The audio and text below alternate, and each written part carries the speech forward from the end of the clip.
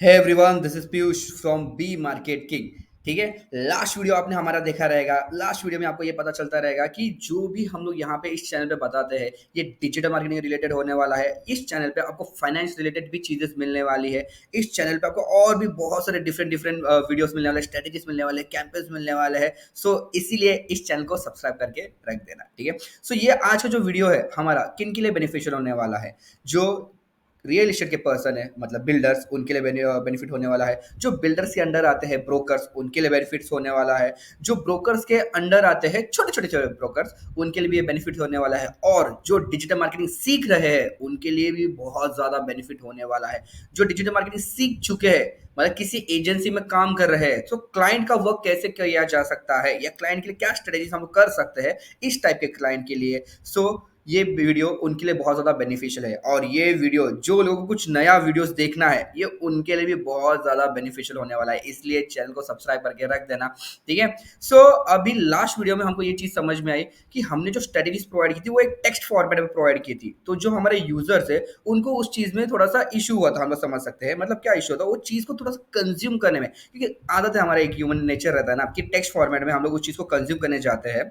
सो हमें उस चीज़ का थोड़ा सा बाउंसर चला जाता है। इसलिए हमने ट्राई किया है कि आज का जो वीडियो है एक माइंड ट्री और कैसे एक फ्लो चार्ट या एक ब्रांचेस के हिसाब से आपको चीजें बताई जाएगी। सो वो चीजें जो हम लोग सिखा रहे हैं आपको या बता रहे हैं, जो स्टडीज हमको सिखा रहे हैं आपको, वो चीजें आपको इजी वे में आपको समझ आए। जो भी कॉम्प्लिकेटेड स्ट्रेटेजीज रहती है फॉर द मार्केटिंग पर्पस, वो आपको इजी वे में समझ में आना चाहिए। इसलिए हमने ये वीडियो इस फॉर्मेट में बनाया गया है, आपको जैसे आप स्क्रीन पे दिखता रहेगा। तो चलिए, आज का जो वीडियो है हमारा वो डिजिटल मार्केटिंग इस टॉपिक पे रह सकता है। ठीक है, रह सकता है मतलब उसी टॉपिक पे है।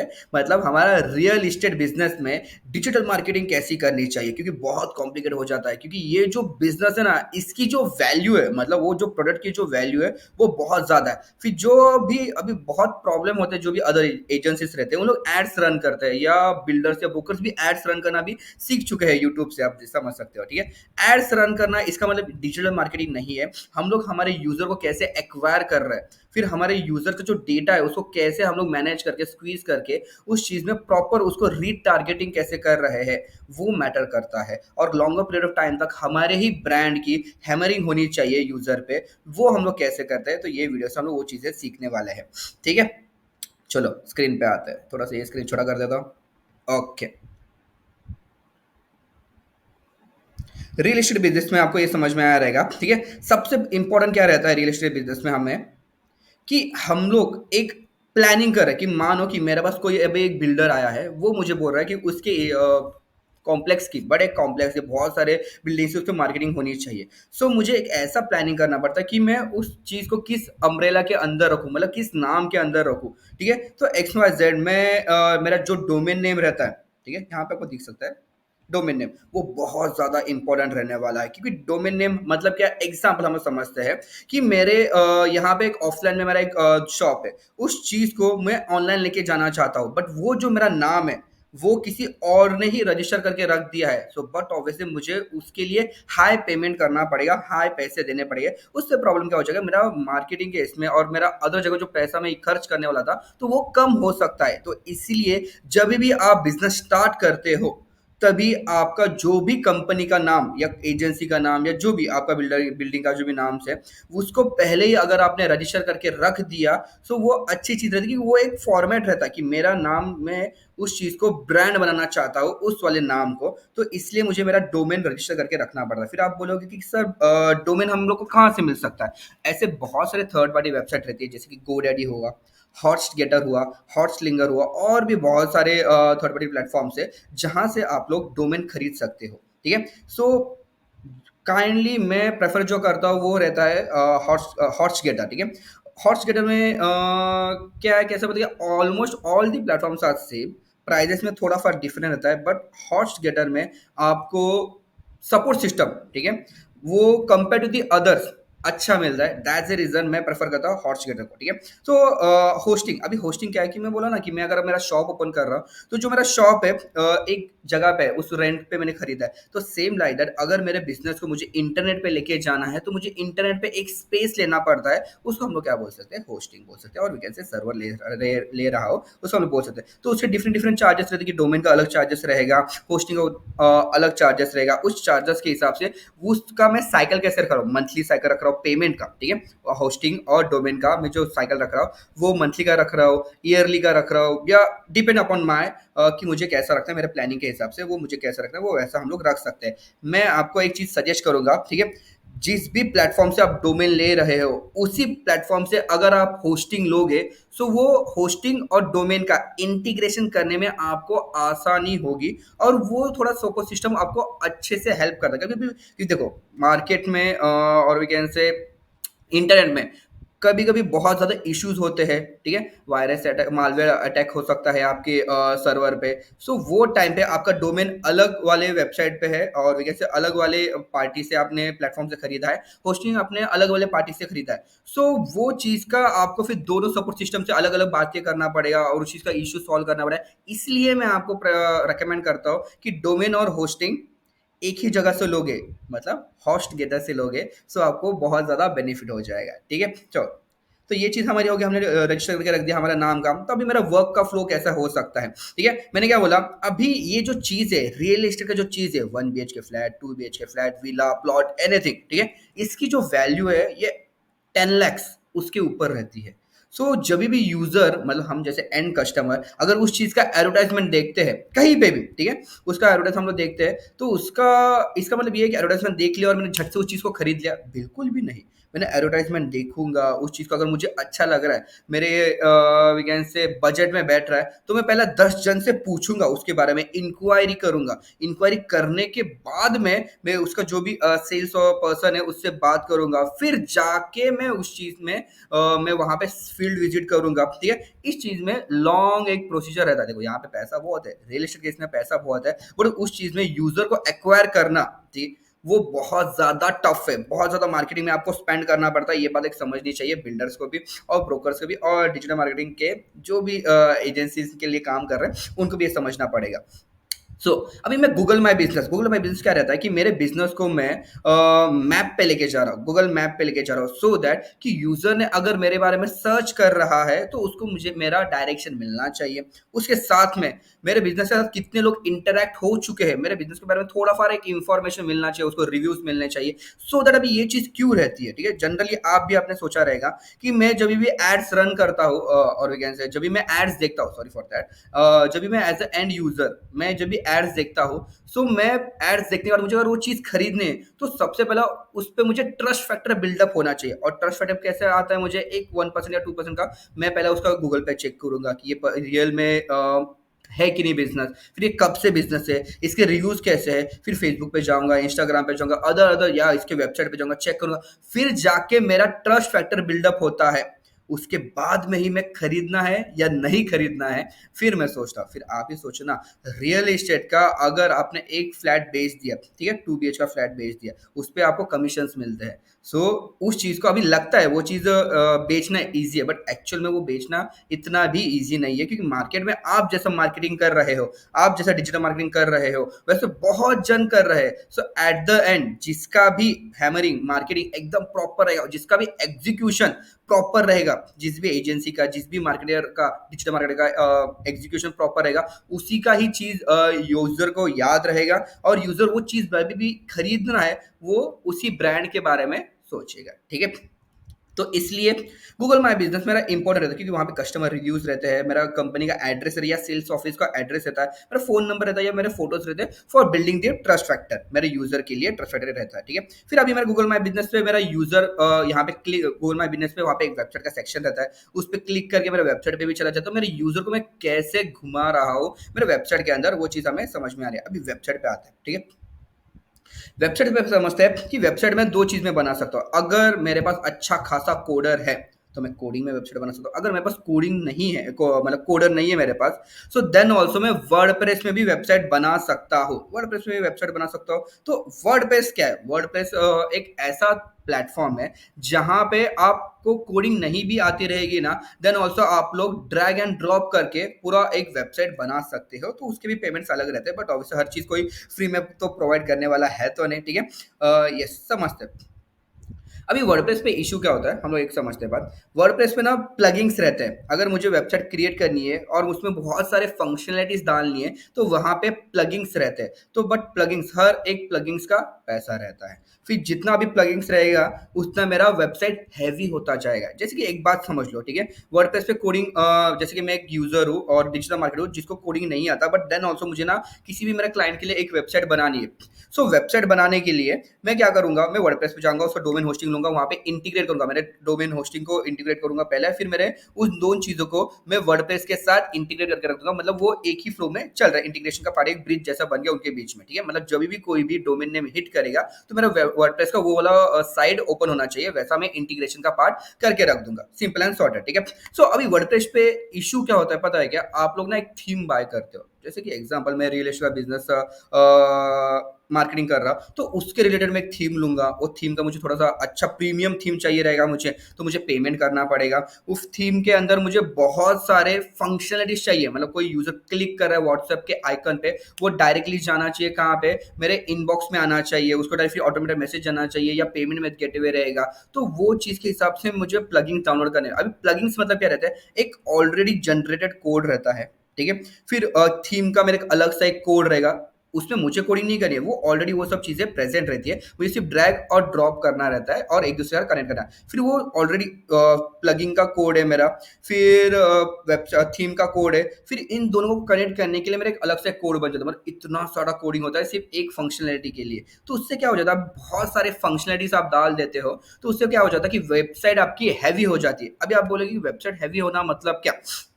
जो नॉन डिजिटल मार्केटर्स है या जो ये फर्स्ट टाइम वीडियो देख रहे हैं उनको मैं समझाना चाहूंगा कि वेबसाइट होना हैवी होना मतलब क्या। कि वेबसाइट एग्जांपल की मान लो कि किसी ने अपना कंपनी का, आपके कंपनी का नाम, डोमेन नेम या वेबसाइट नेम आपका हिट किया, और उसको अपना वेबसाइट पे वो, बट ऑब्वियसली आपका डोमेन नेम हिट किया और आपका वो डोमेन नेम कनेक्टेड किसको है? आपके वर्डप्रेस के वेबसाइट को कनेक्टेड है। तो यूजर जब भी हिट करेगा मतलब क्लिक करेगा, तो जब भी वो जा रहा है वेबसाइट पे तो वो दिख रहा है वहां पे लोडिंग हो रहा है, लोडिंग हो रहा है, अभी भी लोडिंग हो रहा है। तो उससे क्या हो जाता है, जो यूजर है मेरे वेबसाइट पे क्लिक करने के, मेरे लिंक पे क्लिक करने के बाद भी मेरे वेबसाइट पे अभी तक पहुंचा नहीं, क्योंकि वेबसाइट लोड हो रही है। समझ रहे हो? जैसे कि एक मोबाइल फोन है जिसका स्टोरेज फुल हो चुका है, ठीक है, तो वो कैसा स्लो चलता है, सेम लाइक दैट मेरा वेबसाइट अगर प्लगइन्स बहुत ज्यादा है तो वो लोड होने में टाइम लेगा। फिर लोड होने में टाइम लगेगा तो मेरा यूजर क्या करेगा, यूजर मेरा वहां से बाउंस हो जाएगा। मतलब मैं यूजर को एक्वायर करने के बाद भी उसको कस्टमर नहीं बना पाया, ड्यू टू मेरा वेबसाइट एकदम ज्यादा हैवी था, ठीक है। सो इसीलिए वर्डप्रेस में एक हैवी वेबसाइट, मतलब बहुत ज्यादा फंक्शनलिटीज वाला वेबसाइट अगर बनाने चाहोगे तो बहुत ज्यादा आपको कॉम्प्लिकेशन आएंगे। इसलिए मैं आपको रेकमेंड करूंगा कि कोडिंग में बनाओ। वैसे डिफरेंट डिफरेंट टाइप्स के कोडिंग्स रहते हैं, तो उसके हिसाब से आपको चार्जेस देने पड़ते हैं उस कोडर को। फिर रिएक्ट जैसे जो अभी रिसेंटली बहुत अच्छा चल रहा है, उसमें आपको एनक्रिप्शन वाला पार्ट अच्छे से मिल जाता है। चार्जेस हम लोग बोलते हैं कि जो भी हमारे 35,000 का हम लोग एक नॉर्मल वेबसाइट बना लेते हैं, जिसके अंदर क्या क्या चीज़ें मिल सकती है। उसके अंदर एसईओ मिल सकता है। एसईओ मतलब क्या? Search engine optimization. मतलब मेरी जो वेबसाइट है उसको सर्च इंजन ऑप्टिमाइजेशन करना बहुत ज़्यादा इंपॉर्टेंट रहता है। एसईओ के अंदर ऑन पेज ऑफ पेज रहता है, अगर वो सीखना है, ठीक है, एसईओ के बारे में इन डिटेल, तो आपको पता है बी मार्केटिंग को आपको कांटेक्ट करना है, ठीक है। ठीक है, आगे बढ़ते हैं। सो अभी जो एसईओ रहता है मतलब क्या कि मेरा वेबसाइट में ऐसे डिफरेंट डिफरेंट पेजेस है। मैं बोल रहा हूँ मेरे वेबसाइट के अंदर डिफरेंट डिफरेंट पेजेस है। उन डिफरेंट डिफरेंट पेजेस के लिए मैं क्या बोल रहा हूँ, मेरे हर एक पेजेस के लिए क्या रहने वाला है, एक थोड़ा सा स्लाइड कर लेता हूँ, या मेरे हर एक पेजेस के लिए,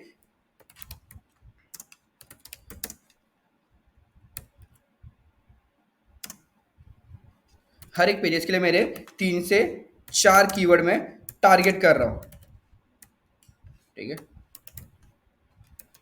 अभी 3 से 4 कीवर्ड टारगेट कर रहा हूँ, इसका मतलब क्या है कि every pages 3 to 4 keywords targeting. मतलब क्या कि एसईओ जो होता है ना वो पूरे वेबसाइट का नहीं होता। वेबसाइट के अंदर जितने भी पेजेस है उन सब का आपका एसईओ होता है। मतलब एक पेज के लिए मैं 3 से 4 कीवर्ड टारगेट कर सकता हूँ। सो मतलब क्या कि मैं गूगल के बॉट और भी कैसे जितने अभी गूगल में इसलिए मैं बोल रहा हूँ कि डिफरेंट डिफरेंट सर्च इंजिन है, बट इंडिया में ज्यादा करके मेजरली गूगल यूज किया जाता है, इसलिए हम ज्यादा करके गूगल का ही रेफरेंस देते हैं आपको। ठीक है। सो मैं बोल रहा हूँ गूगल के डेटाबेस को कि या बॉट को कि मेरा ये वाला जो पेज है, होम पेज जो है वो ये वाले 3 से 4 कीवर्ड पे दिखना चाहिए। मतलब यूजर जब ये 3 से 4 कीवर्ड हिट करेगा तो मेरा ये वाला पेज दिखना चाहिए। ठीक है। अभी आप एक बात समझो, जैसा आप लोग ये सब चीजें कर रहे हो वैसा और लोग करने वाले हैं, कर चुके हैं या कर रहे हैं। तो मतलब बट ऑब्वियसली कि मार्केट में बहुत ज्यादा कंपटीशन है, और मार्केट में अगर कंपटीशन है सो आपको उस चीज को एकदम प्रॉपर करना पड़ेगा, गाइडलाइंस को फॉलो करना पड़ेगा।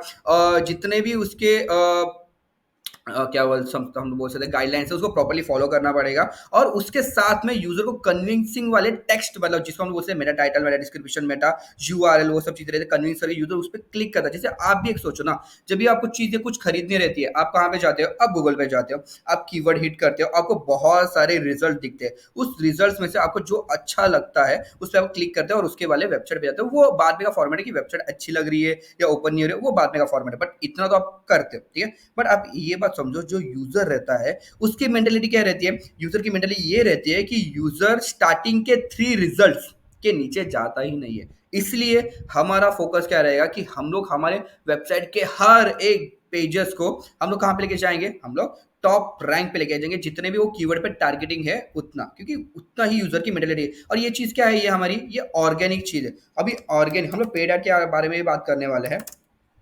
ऑर्गेनिक इसको हम लोग बोलते हैं ऑर्गेनिक रैंकिंग बोलेंगे। ठीक है। ऑर्गेनिक रैंकिंग बोलेंगे।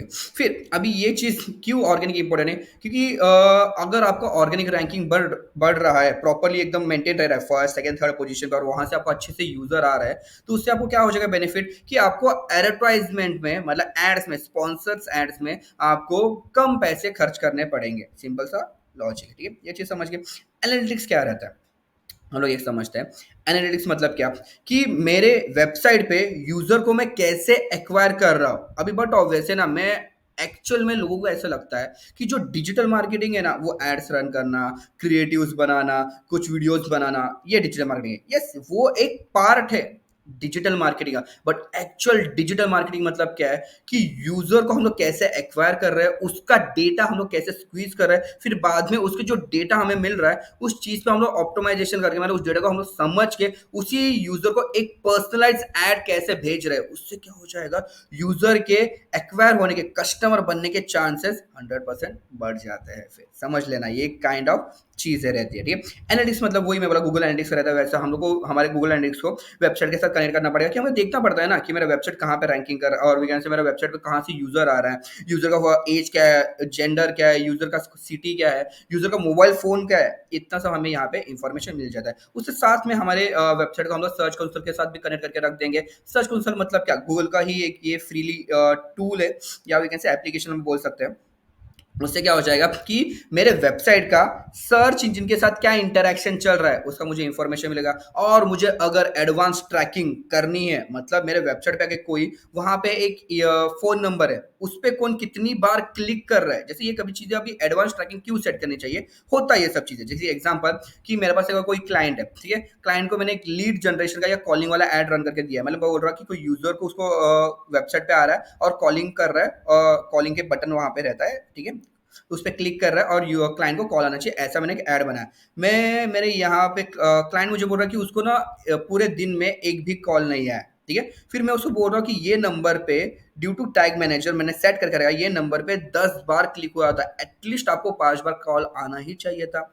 ये चीज, अभी ये चीज हमारे लिए भी बेनिफिशियल है इंफॉर्मेशन कलेक्ट करने के लिए, और ये चीज हमें क्लाइंट के बेसिस पे भी बहुत ज्यादा बेनिफिट होती है। ठीक है। क्लाइंट को भी इंफॉर्मेशन मिल जाता है, फिर क्लाइंट को समझ आता है कि वो टाइम पे उसका फोन ऑफ था या वो मीटिंग में था, तो वो चीज का हम लोग टाइम फ्रेम एक बना सकते हैं। ठीक है। अब मैं बोला ना कि डिजिटल मार्केटिंग पूरा क्या वर्क करता है, पूरा का पूरा डेटा पे वर्क करता है कि हम लोग वो डेटा कि हमारा यूजर कैसा एक्वायर हो रहा है, कौन से टाइम पे एक्वायर हो रहा है, कौन सी एड देख के एक्वायर हो रहा है, वो चीजें मैटर करती है। ठीक है। ओके। अभी समझते हैं कि आर्टिकल्स मतलब क्या। आर्टिकल्स मतलब हम लोग बोल सकते हैं ब्लॉग्स। अभी ये क्यों इंपॉर्टेंट है। अभी ये सब चीज़ का तो मेरा एक रैंकिंग हो गया, मैं बोल रहा हूँ कि इसका मुझे 40 रैंकिंग मिल गया। अभी मुझे इस चीज़ को ना बूस्ट करना है, ठीक है। उसके लिए मैं एड्स रन कर रहा हूँ, यूजर इंटरेक्शन और वो चीज़ कर रहा है मैंने बूस्ट करने से मतलब इसका रैंकिंग मुझे बढ़ाना है ये पेजेस का हर एक कीवर्ड पे। तो ब्लॉग्स या आर्टिकल्स मुझे हेल्प करते हैं। मैं डिफरेंट डिफरेंट अभी ये चीज़ वन टाइम सेटअप हो जाती है, इसमें मेजर चेंजेस में कुछ भी नहीं करने वाला। फिर आर्टिकल्स में मैं क्या कर सकता हूँ, आर्टिकल्स में डिफरेंट डिफरेंट मतलब मेरे बिजनेस को में रह के, मेरे बिजनेस के दायरे में रह के मैं डिफरेंट डिफरेंट जॉनरास या टॉपिक्स को कैसे टच कर सकता हूँ, और उससे क्या हो जाएगा कि मैं वहां का जो ऑडियंस है वो मेरे यहाँ पे लेके आ सकता हूँ। जैसे एग्जांपल मैं बोल रहा हूँ कि मैंने एक ब्लॉग लिखने वाला हूँ, मैं ब्लॉग बट ऑब्वियसली मैं बिल्डिंग्स के बारे में बताने वाला हूँ, ठीक है। एग्जांपल बिल्डिंग्स के बारे में बता रहा हूँ, ठीक है, या स्पेशियस लाइफ के बारे में बताने वाला हूँ, या बिल्डिंग के प्राइसेस के बारे में बताने वाला हूँ। बट उस चीज में मुझे चाहिए बॉलीवुड वाला कोई ऑडियंस चाहिए वहाँ का, मतलब जो बॉलीवुड के टॉपिक को ज्यादा देखता है, समझता है, सुनता है, या जो भी चीज, ठीक है, वहाँ का जो ऑडियंस है वो मुझे चाहिए। तो उसको मैं कैसे एक्वायर करूंगा। इन शॉर्ट मैं वो टॉपिक को मेरे रियल एस्टेट के बिजनेस के साथ रिलेटेबल बताऊंगा। जैसे कि एग्जांपल मैं बोलूंगा कि रणवीर कपूर ने मुंबई में 10 करोड़ का फ्लैट लिया, फिर उसके लिए उसको क्या क्या करना पड़ा, फिर वो क्या हो रहा है रिलेटेबल बन रहा है कि मैं फ्लैट्स के बारे में बता रहा हूँ, बट मैं टॉपिक कौन सा एनेबल कर रहा हूँ, मैं बॉलीवुड का टॉपिक एनेबल कर रहा हूँ। फिर जो भी रणवीर कपूर ये वाला जो कीवर्ड है इस पर सर्च कर रहा है, तो चांसेस है कि वहां का ऑडियंस मेरे पास आ सकता है। फिर आप बोलेंगे कि इससे मेरे वेबसाइट के लिए क्या बेनिफिट होने वाला है ब्लॉग से, ठीक है। ब्लॉग भी हमारा वेबसाइट का प्लाट है। फिर आप बोलेगी फिर यहाँ पे हम लोग एंकर टेक्स्ट प्रोवाइड करेंगे, मतलब मेरा यहाँ पे मानो कि उस कीवर्ड से मेरे को ना 1000 यूजर्स मिले, उस ब्लॉग के लिए मेरे को 1000 रीडर्स मिले, रीडर्स, ठीक है।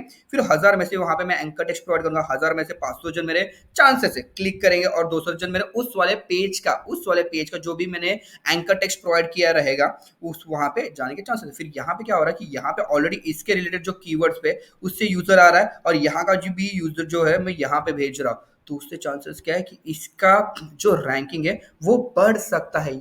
गूगल का जो बॉट रहता है हर एक मोमेंटम पे वॉच रखता है, उससे हमें रैंकिंग मिलता है, यूजर इंटरेक्शन मिलती है, यूजर मेरे वेबसाइट पे कितने देर एंगेज रह रहा है, वो सब चीजें मुझे मिलती है, ठीक है। एक सेकेंड, या हम लोग उस चीज को समझते हैं।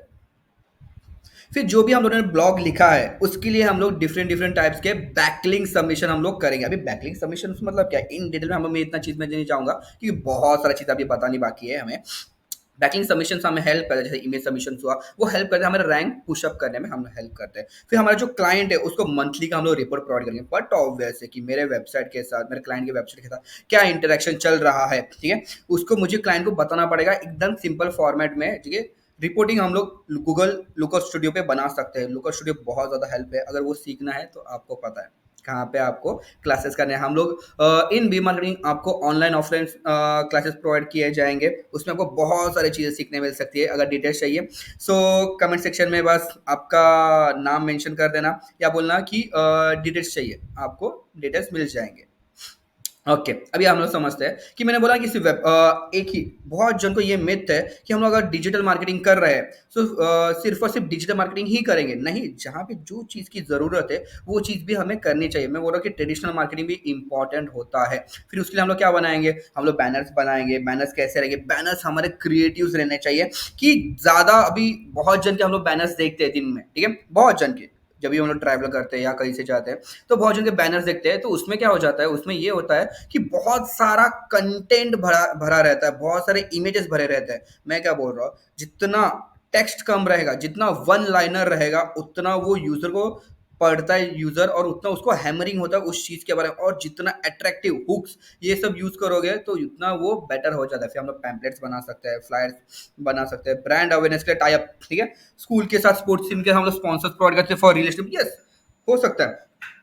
क्योंकि चांसेस क्या है कि वहाँ पे पेरेंट्स आते हैं स्पोर्ट्स इवेंट्स में, तो उन लोग भी सोचते हैं ना कि हमारे बच्चों के लिए, अच्छे फ्यूचर के लिए अच्छी जगह पे हमारा घर होना चाहिए, तो वो सब चीज़ें मैटर करती है। हम लोग वहाँ पे इवेंट्स में भी हम लोग ब्रांड अवेयरनेस हमारा टाई अप करके कर सकते हैं। Tie up with local newspaper, या लोकल न्यूज़पेपर पे भी हम लोग करते हैं कि जनरली यहाँ का जो अभी हम लोग रियल लाइफ ये बिजनेस को लेकर हम लोग चल रहे हैं, तो मेरा ऑडियंस कौन है कि जो ऑलरेडी अभी यहाँ पे जॉब कर रहे हैं, ठीक है, वो लोग मतलब जिनकी आप एज बोल सकते हैं 35 के ऊपर, वो मेरा मेन ऑडियंस है जो खरीद सकता है, ठीक है। ऐसे तो हम लोग जो 20 के ईयर्स में भी रहते हैं, तभी ऐसा बच्चों को मतलब जो कॉलेज टीन को रहता है, टीनेजर्स को ऐसा लगता है कि मैं अपने माँ बाप के लिए घर खरीदना चाहता हूँ ऐसे, तो वो वहां से स्टार्ट होता है। बट वो टाइम पे हम लोग घर खरीद सकते हैं क्या? बट ऑब्वियसली चांसेस बहुत कम रहती है, उतना हमको स्टार्टिंग में इनकम वगैरह नहीं रहता, ठीक है। इसलिए वो चीज़ का हम लोग प्लानिंग कभी स्टार्ट होती है हमारी, प्लानिंग तो 20 में ही चालू होती है, बट एक्चुअल हम लोग खरीदने के लिए देखने के लिए 35 से चालू हो जाए। तो वो मेरा जो ऑडियंस है जो अभी भी न्यूज़पेपर पढ़ता है, हर हर चीज़ ऑनलाइन हो गई है, इसका मतलब ये नहीं है कि मेरा यूज़र अभी भी ऑफलाइन में नहीं है। अगर मेरा कुछ भी यूज़र ऑफलाइन में है, मतलब न्यूज़पेपर रीड कर रहा है, तो वहां से भी अगर मुझे कन्वर्जन आ रहा है, तो मैं यहाँ पे भी तो फोकस कर सकता हूँ। यस, ठीक है। मॉडल होम हम लोग हमारे सेल्स ऑफिस में रख सकते हैं शोकेस के लिए, वर्कशॉप्स वगैरह कर सकते हैं, रेफरल रिवॉर्ड्स फॉर क्लाइंट्स कर सकते हैं, बहुत सारी चीजें, tie up with local business हम लोग कर सकते हैं, बहुत सारी चीजें हम लोग यहाँ पे कर सकते हैं। एक बार गो थ्रू कर लेना। फिर आते हैं हम लोग अभी कहाँ पे, मेरा वर्क फ्लो का सोशल मीडिया पे।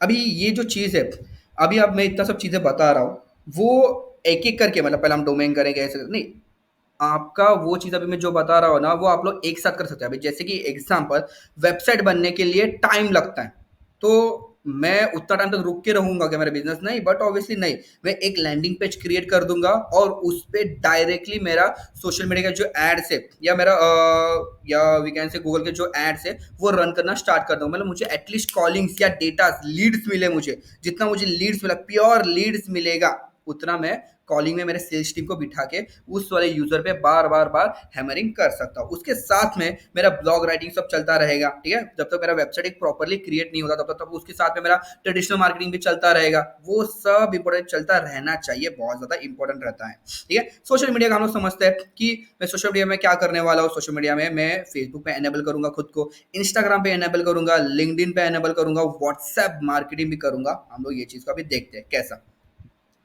ठीक है। हम लोग पोस्ट डालेंगे, रिलेटेबल पोस्ट डालेंगे, कुछ हम लोग बोले, देखो हम लोग एक फॉर्मेट रख सकते हैं, हम लोग ना एक रिलेटेबल पोस्ट डाल सकते हैं मेरे ऑडियंस के लिए। फिर हम लोग एक कंट्रोवर्शियल पोस्ट डाल सकते हैं। कंट्रोवर्शियल मतलब कुछ ऐसे टॉपिक्स रहते हैं जिसपे लोग टच नहीं करते, हम लोग ट्राई करेंगे एक दायरे में रहकर उसको हम लोग उस टॉपिक पे बात करेंगे, सो तो वहां का भी वो ऑडियंस है। कुछ ट्रेंडिंग टॉपिक चल रहा है वहां पे, फिर कुछ इंफॉर्मेशन टॉपिक चल रहा है, उस पर हम लोग भी बात कर सकते हैं, और उस पर भी हम लोग पोस्ट या क्रिएटिव्स बता सकते हैं, जिससे क्या हो जाएगा, हम लोग 4 टाइप का ऑडियंस वहां पे आता रहेगा। फिर एक टाइम के बाद जब भी मुझे इन्फॉर्मेशन मिले, यस, आपको सोशल मीडिया पे भी आपको जैसे गूगल एनालिटिक्स रहता है जहाँ पे आपको इन्फॉर्मेशन मिलता है, वैसे सेम रहता है सोशल मीडिया पे भी मुझे इन्फॉर्मेशन मिल जाएगी कि मेरा जो यूजर है कहाँ से रहा है, क्या आ रहा है, कब आ रहा है, कितने टाइम को आ रहा है। वो सब इन्फॉर्मेशन को बेसिस पे ही मेरा नेक्स्ट मंथ का पूरा स्ट्रेटेजी बनने वाला है पूरा।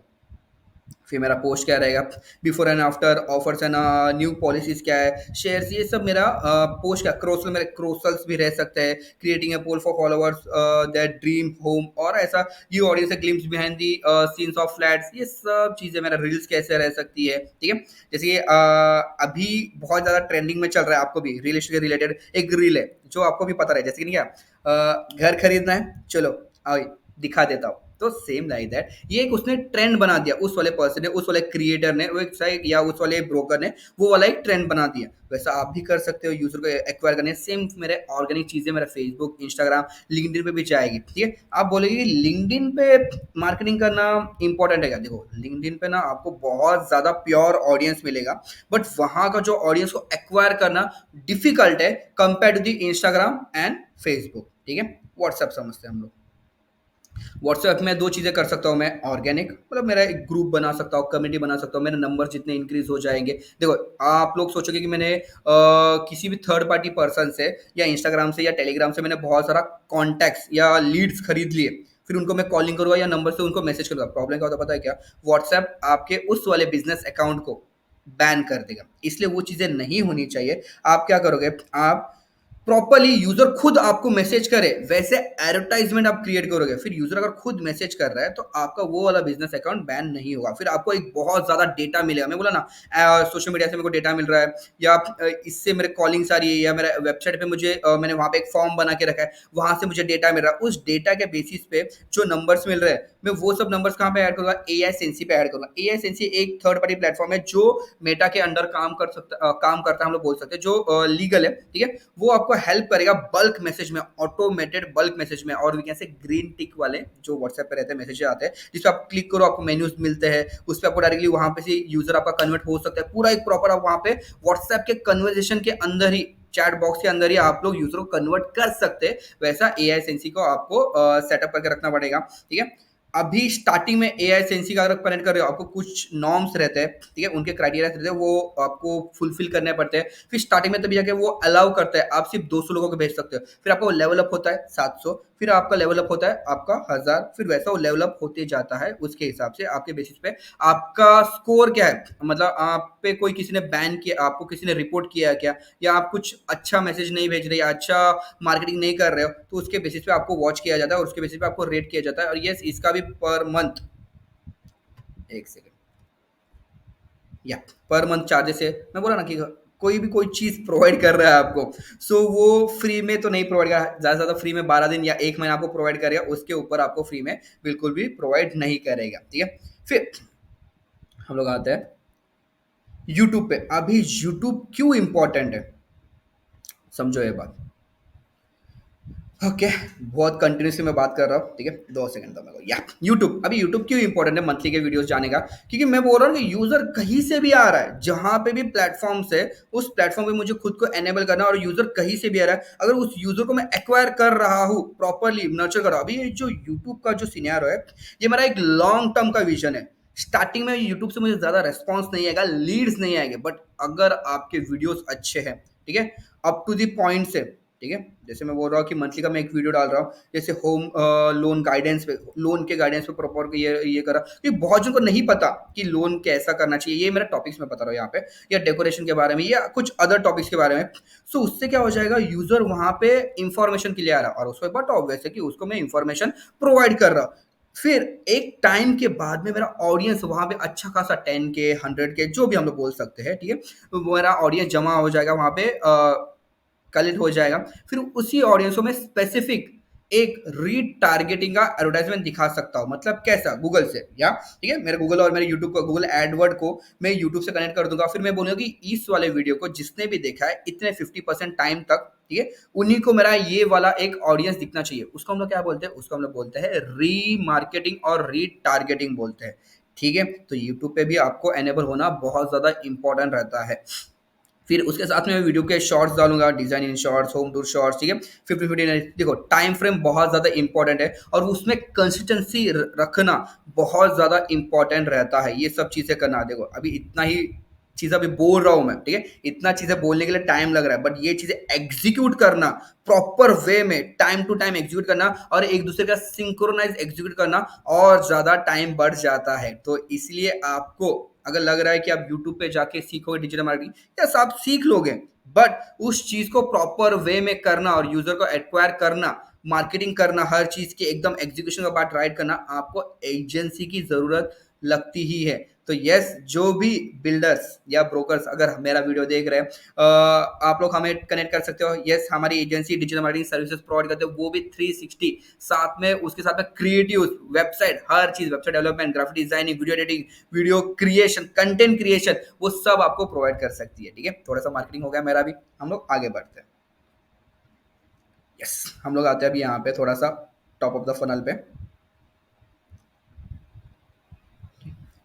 लिंक्डइन पे भी मैं ऐड रन कर सकता हूं। अभी लिंक्डइन पे ऐड रन करना क्यों इंपॉर्टेंट है, ठीक है। लिंक्डइन पे ना आपको जो ऐड रन करने का जो बजट रहता है ना, वो बहुत महंगा रहता है compare to the Facebook, Instagram, ठीक है, क्योंकि लिंक्डइन पे जो डेटा यूजर्स प्रोवाइड, तो मैं बोल रहा हूँ कि मेरा जो सेम यूजर है वो फेसबुक पे भी रहेगा, वो इंस्टाग्राम पे भी रहेगा, वो लिंक्डइन पे भी रहेगा, बट जब भी वो लिंक्डइन पे आता है, उसका माइंडसेट टोटली डिफरेंट चेंज होता है। वो खुद को लाइक, बट ऑब्वियसली सबको लिंक्डइन पे जब भी आता है ना, सब लोग वहां पे एज बोलते हैं ना क्या, एडुकेटेड पर्सन जैसे ही आता है, तो उनको वहां से एक्वायर करना, एट द एंड मार्केट में साइकोलॉजी भी बहुत मार्केट मैटर करता है, कि आप लोग यूजर के इमोशंस को कैसे ट्रिगर करते हो, उनके सेंसेस को कैसे ट्रिगर करते हो, वो भी बहुत ज्यादा मैटर करता है। ठीक है, फिर लिंक्डइन जो है, लिंक्डइन पे से मैं अगर यूजर को एक्वायर करूं, जैसे मैं बोल रहा हूं ना कि मेरा जो प्लॉट या कॉम्प्लेक्सेस जो बनने वाला मेरे क्लाइंट का, वो इसी जगह पे है, और इस जगह पे एक ऐसी कंपनी है, ठीक है, जो बोल सकते हैं पालघर में हम लोग बोल सकते हैं एक मैक्लॉयड कंपनी है, ठीक है,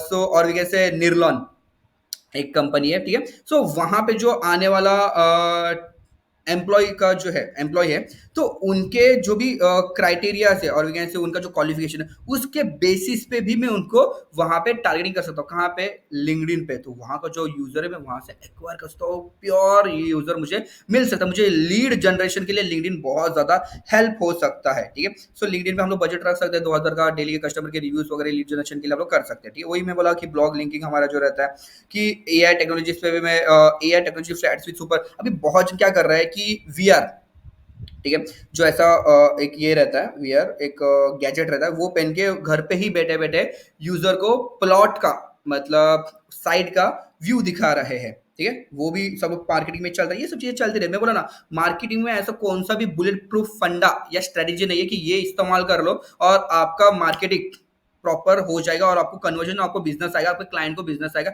ऐसा कुछ भी नहीं है। ये जो मैं एक स्ट्रेटेजी बता रहा हूँ ना, ये ऐसा आप लोग वर्क कर सकते हैं। फिर इसमें आप आपके हिसाब से चेंजेस करना, आपकी जो क्या बोलते हैं हम लोग, जो रिपोर्ट्स आते हैं मंथली के, वीकली के, उसके बेसिस पे इस चीज को ऑप्टिमाइज करते रहना, कंटिन्यूसली ऑप्टिमाइज करते रहना। जो मेरी स्ट्रेटेजी है वो आपको इस्तेमाल होगी, आप कर सकते हो स्टार्टिंग के फेज में, बट उसके बाद में आपको कंटिन्यूसली ऑप्टिमाइजेशन करते रहना पड़ता है, ठीक है। ओके, हम लोग अभी देखते हैं हमारा वाला ईमेल कैंपेन्स। अभी बहुत जन ये बात बोलते हैं कि ईमेल कैंपेन्स डेड हो चुके हैं, बट आपको लगता है कि डेड हो चुके हैं?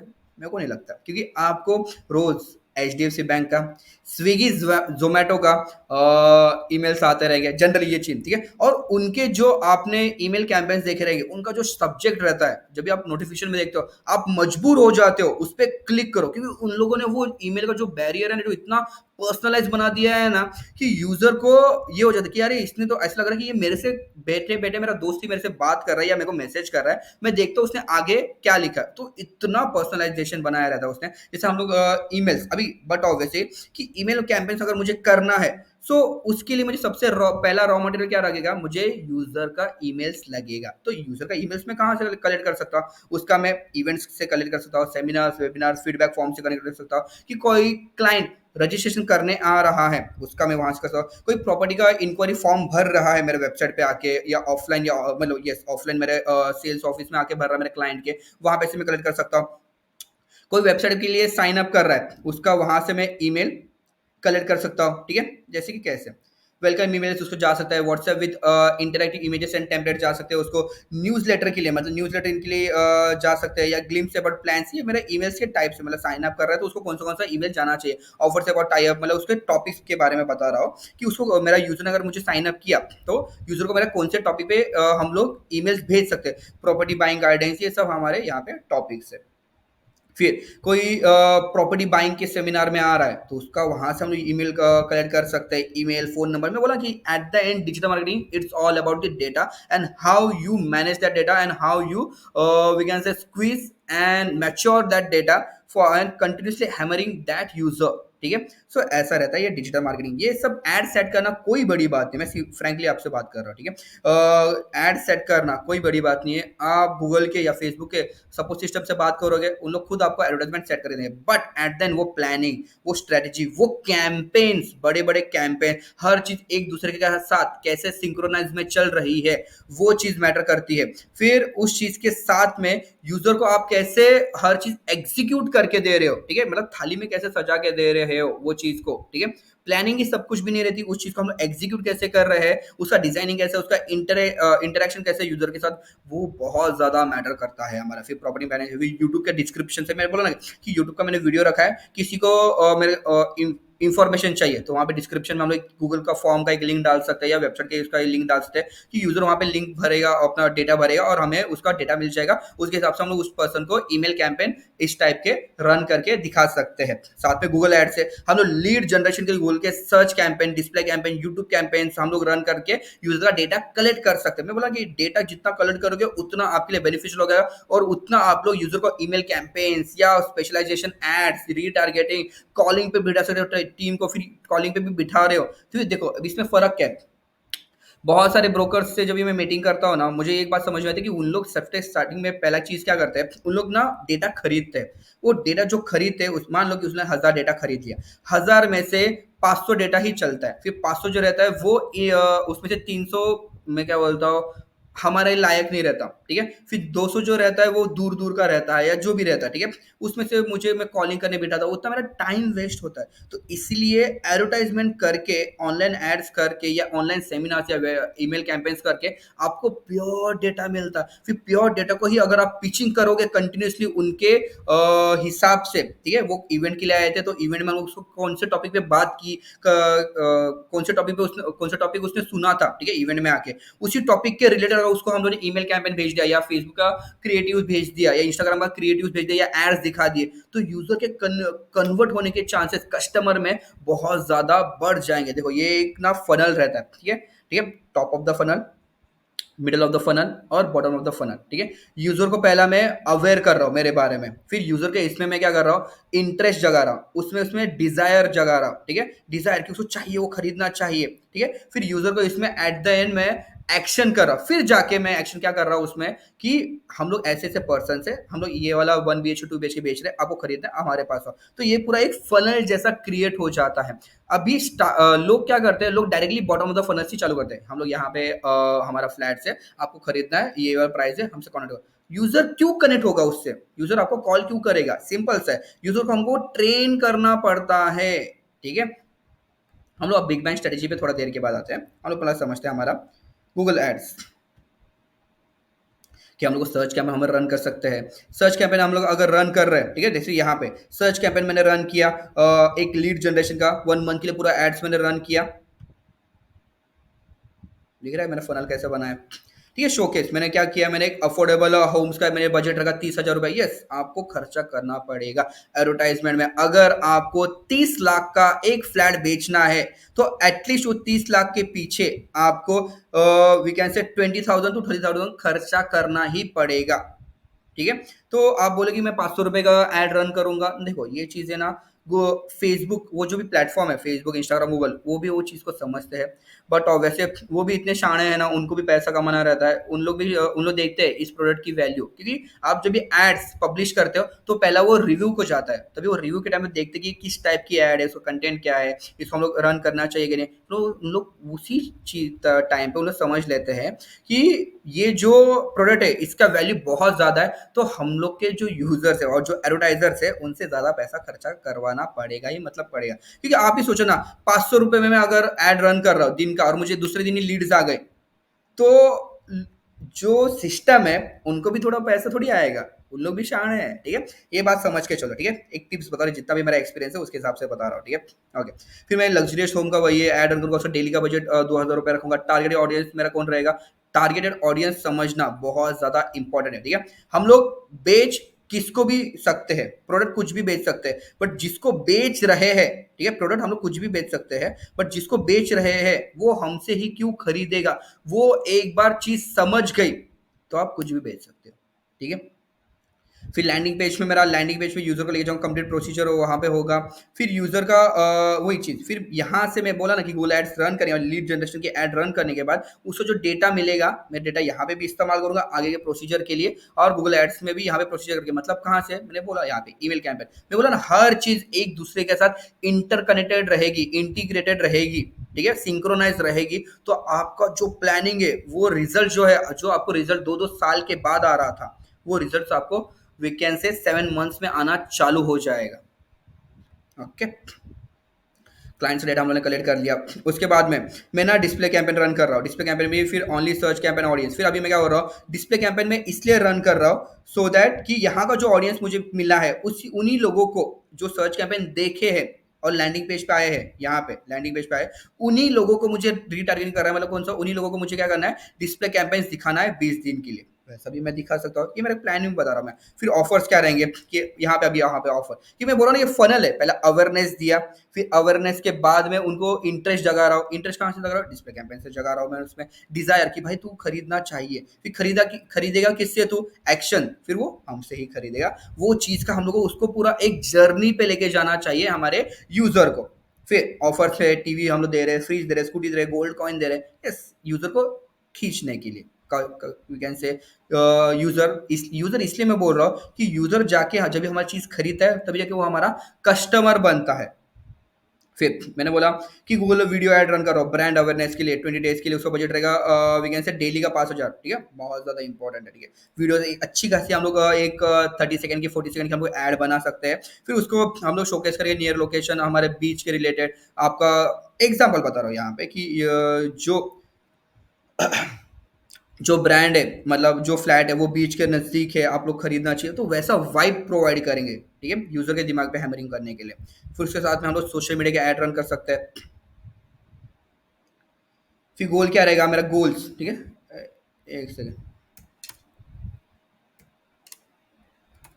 ठीक है। मेरा गोल क्या रहेगा, वेबसाइट का ट्रैफिक पे मैं भेज रहा हूँ, वेबसाइट का ट्रैफिक इंक्रीज करने के लिए मैं यहाँ पे सी ऑर्गेनिकली तो मेरा ऑडियंस आ रहा है, साथ में मेरा ऑडियंस और मैं कहाँ पे बढ़ाऊंगा मेरे वेबसाइट के लिए, कि वेबसाइट क्या है पता है क्या, वेबसाइट है आपके बारे में बता रहा है, ठीक है, वहां पे आप यूजर से ऑनलाइन में फेस टू फेस बात नहीं कर सकते, तो वेबसाइट आपके लिए बात करता है, आपके लिए सेल्स पिच करता है, तो उसका जो भी कंटेंट है, उसका भी स्ट्रक्चराइजेशन है, वो भी एकदम आपको टॉप नॉच रखना पड़े। फिर रील फॉर्मेट में रख रहा हूँ, होम टूर दे रहा हूँ, जिम का, पार्क का, वो सब चीजें मैं यहाँ पे रख रहा हूँ, ठीक है। फिर डिस्काउंट ऑफर कर रहा हूँ, उस हिसाब से मेरा एड्स रन होगा। फिर रीमार्केटिंग, ठीक है, हु विजिट वेबसाइट, फिर जो लोग वेबसाइट विजिट कर रहे हैं ये एड्स देखने के बाद, उन्हीं लोगों के लिए मैं एक अलग सा रीमार्केटिंग का मेरा कैंपेन रन करूंगा। समझ रहेगा कितना हैमरिंग हो रहा है, जैसे कि आपको भी दिखता रहेगा ना, जैसे कि एक बीच में ऐड आया था, कौन सा वाला, जंगली रम्मी का।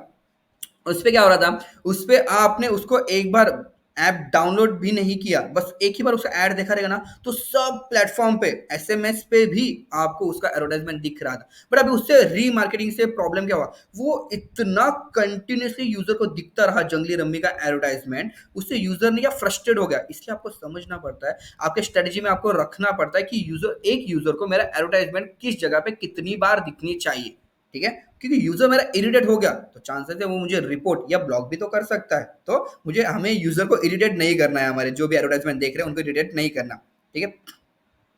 तो ऐसा मेरा ये साइड बाय साइड का मेरा सोशल मीडिया के साथ में मेरा एक प्रेजेंस होने के बाद मेरा एड्स चलता रहेगा, उसके बाद मेरा वर्क फ्लो दिख रहा है।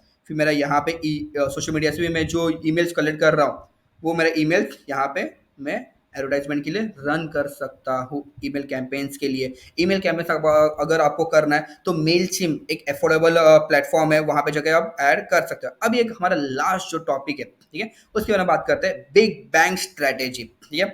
अभी मान लो मैंने एक स्ट्रेटेजी है कि हम लोग ना एक इवेंट ऑर्गेनाइज कर रहे हैं, किसी भी एजेंसी के अंडर नहीं, एक नॉर्मल इवेंट ऑर्गेनाइज कर रहे हैं कि जस्ट मेरे जो भी यूजर्स है, उस यूजर को मुझे ना एनलाइटमेंट करना है, क्योंकि घर खरीदना इतना इजी भी नहीं है, और उसके बारे में कि बहुत सारे डॉक्यूमेंट्स रहते हैं, वो चेक करना, मतलब मैं खरीदते वक्त मेरे क्या डॉक्यूमेंट्स होने चाहिए, मेरा लोन पासिंग और हर चीज, ठीक है, उसका मेरे पास प्रॉपर इंफॉर्मेशन नहीं रहता। फिर मैं जिससे घर खरीदा, जो भी बिल्डर से खरीदा, उसने उसके बाद रेरा है क्या, RERA, ठीक है, रेरा प्रॉपर रजिस्ट्रेशन है क्या, उसके बहुत सारे अलग डिफरेंट डिफरेंट लीगलाइजेशन रजिस्ट्रेशन है क्या, उसने वो सर्टिफिकेट लेके रखे हैं क्या, फिर उसका जो जिस जगह पे बना है वो प्रॉपरली लीगल है क्या। क्योंकि देखो घर हम लोग एक ही बार खरीदते हैं, एज ए यूजर के बारे में बात कर रहा हूँ मैं ये चीज अभी। तो अभी एज ए यूजर बात कर रहा हूँ, बट ये जो चीज हमारे डिजिटल मार्केटर्स है उनको समझ में आनी चाहिए कि घर हम लोग एक ही बार खरीदते हैं, एक मिडिल क्लास पर्सन एक ही बार खरीदता है, ठीक है। सो वो टाइम पे वो हजार बार सोचता है, तो वो चीज को हम लोग यूजर को एक इंफॉर्मेशन प्रोवाइड कर सकते हैं वो चीज के बारे में कि उसको घर कैसे खरीदना चाहिए, उसके बजट में कौन सा घर है, ठीक है। माई समझ लो कि मैं एक एग्जीबिशन रख रहा हूँ, हाउसिंग एग्जीबिशन, ठीक है, मतलब वहां पे यूजर को मैं एक स्पीकर रख रहा हूँ वहां पे, जो स्पीकर बता रहा है, गाइड कर रहा है, नॉलेज प्रोवाइड कर रहा है कि क्या क्या चीजें होनी चाहिए। तो वहां पे किसी भी अगर मैं बिजनेस के अंडर रखूंगा, मतलब जिसके एग्जाम्पल ये रियल एस्टेट पर्सन है उसके अंडर रखूंगा, तो यूजर वहां पे कम आएगा। बट मैं ऐसा कोई एक पर्सन को क्रिएट कर रहा हूँ, जस्ट लाइक ऑरी, ठीक है, ऐसे एक मार्केटिंग के लिए पर्सन क्रिएट कर रहा हूँ, तो उस पर्सन के लिए यूजर, उसका ऑडियंस बन चुका है, तो यूजर वहां पे सुनने आएगा, तो वो वाला जो जब भी सुनने आएगा तो वहां पे से यूजर का डेटा मैं कलेक्ट कर सकता हूँ, नेम, फोन नंबर, फैमिली, उसका जो भी है, ठीक है, ईमेल एक्सेट्रा, हर चीज का, मेंबर्स कितने हैं उसके घर में, ठीक है, वो सब चीज का मैं ईमेल कलेक्ट कर सकता हूँ। फिर एक बार जो ईमेल अगर मैंने उसका सर इंफॉर्मेशन कलेक्ट कर दिया, तो वही यूज़र को हम लोग क्या करेंगे, ये सब चीज़ें मार्केटिंग करते चले। तो ये ऐसा चलता है। फिर आप बोलेंगे सर ये 7 महीने में हो जाएगा क्या? नहीं, देखो ये लॉन्ग जर्नी है, इसमें टाइम लगता है, ठीक है? हर एक के लिए टाइम फ्रेम अलग-अलग रहने वाला है। बट आप ही सोचो ना, ये सब चीज़ें आपकी सिंक्रोनाइज़ में चलती रहेगी, ठीक है? सो जो आउटपुट आएगा आपके लिए, जो लीड्स आएँगे वो इतना प्योर रहेंगे, फिर एक टाइम स्टार्टिंग में आपको 7 महीने लगे, बट बाद में जो नेक्स्ट वाले प्रोजेक्ट्स के लिए आपको और कम टाइम में वो चीज़ होगी, क्योंकि आपको पूरा एक सेटअप बिठा के रख दिया आपने कि यहाँ से यूज़र ऐड दिख रही है, उसका अवेयरनेस हो रहा है, फिर यूज़र ऐड देखने के बाद उसको फिर से एक बार ईमेल कैंपेन्स के लिए वो लीड्स प्रोवाइड कर रहा है, ईमेल कैंपेन्स दिख रही है, फिर से उसकी यूट्यूब ऐड दिख रही है, फिर यूज़र को हमारे से डायरेक्टली कॉलिंग भी जा रही है, उसका डेटा आ रहा है, इसलिए हमको उसका फ़ोन नंबर मिला। कॉलिंग जाने के बाद यूज़र को सोच रहा है अभी खरीदना चाहिए, फिर यूज़र फील्ड विज़िट करने आएगा, फील्ड विज़िट करने के बाद उसका जो प्रोसीजर है, वहाँ पे हम लोग यूज़र को कलेक्ट कर रहे हैं। फिर इतना ज़्यादा टाइम लगता है एक यूज़र के पीछे। तो ये चीज़ अगर आपने कर दी, ठीक है, पूरा एकदम प्रॉपर सिंक्रोनाइजेशन, बड़े बड़े एजेंसीज या बड़े बड़े बिल्डर्स ये चीज़ करते हैं। ये वाला प्लान मैंने आपको प्रोवाइड किया है, ठीक है। जिसको भी अगर ये शीट प्लानिंग का चाहिए रहेगा, तो कमेंट सेक्शन में बस मेंशन करो शीट करके, और we can say mind tree, ठीक है, सॉरी शीट मत मेंशन करो, माइंड ट्री मेंशन करो कमेंट में, और आपको हम लोग आपसे कनेक्ट होके आपको ये प्रोवाइड कर देंगे, ठीक है। और अगर वीडियो अच्छा लगा रहेगा सो शेयर कर देना, और बहुत अच्छा लगा रहेगा सब्सक्राइब कर देना, लाइक करना मत भूलना, बेल आइकन को प्रेस करना भी मत भूलना। तो मिलते हैं नेक्स्ट वीडियो में, चलो बाय बाय। ऑलमोस्ट 1 घंटे का वीडियो है। Bye bye.